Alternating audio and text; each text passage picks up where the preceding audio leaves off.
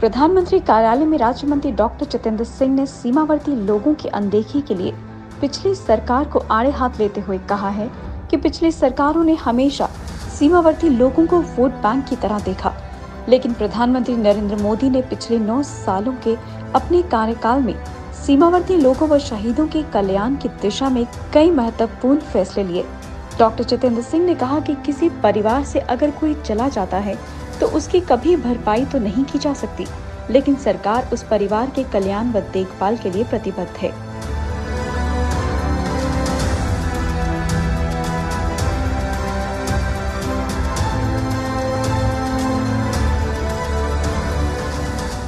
Doctor Jitendra Singh शुक्रवार को सांबा जिले में कर्नल नारायण सिंह के नाम पर बने शहीदी गेट के उद्घाटन कार्यक्रम को संबोधित कर रहे थे।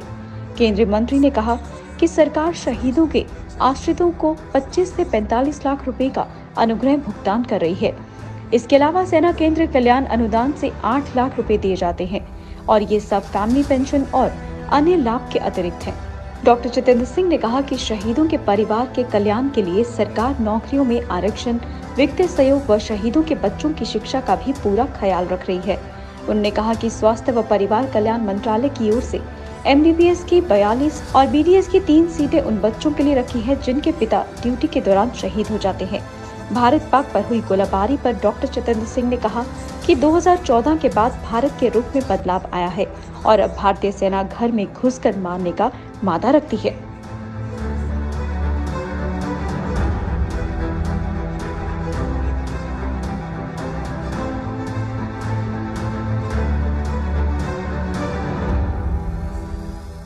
एक शहीद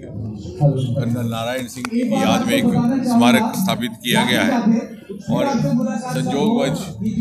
कल ही एक सेशन डे था और 26-27 अक्टूबर को ब्रिगेडियर राजेंद्र सिंह जी की शहादत का भी दिन मनाया जाता है और ब्रिगेडियर राजेंद्र सिंह जी की शहादत से ही 2-3 दिन पहले कर्नल नारायण सिंह जी की भी शहादत हुई थी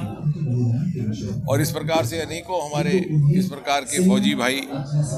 जो शहीद हो गए, जिनको शायद हम उस प्रकार से स्मरण ना कर पाए जिस तरह से वो हकदार थे,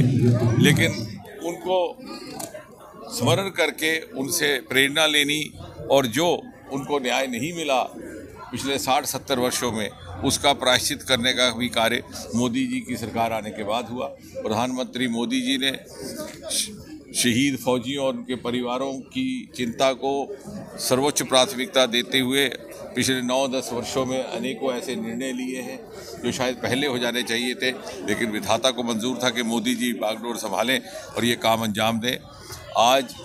जहां 1 रैंक 1 पेंशन लागू किया गया, वहीं पर शहीद परिवारों के लिए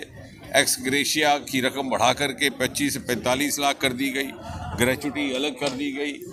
शहीद परिवारों के बच्चों के लिए शिक्षा का पूरा प्रावधान है, ट्यूशन फ़ी भी दी जाएगी, हॉस्टल फीस भी दी जाती है। बच्चों को प्रतिवर्ष टेक्स्ट बुक्स किताबें खरीदने के लिए सामग्री का अलग से 2000 रुपया, उसके अलावा अगर कंप्यूटर खरीदते हैं तो उसके लिए 25-35 हज़ार। कुल मिलाकर के हमने देखा कि एक बड़ा दर्दनाक दृश्य रहा करता था जब किसी शहीद परिवार के बच्चों की पर्याप्त तौर पर देखरेख नहीं होती। मोदी जी ने सरकार बनने के बाद इसकी चिंता की है और भारत को शिखर पटल पहुंचाने के लिए एक जो सामूहिक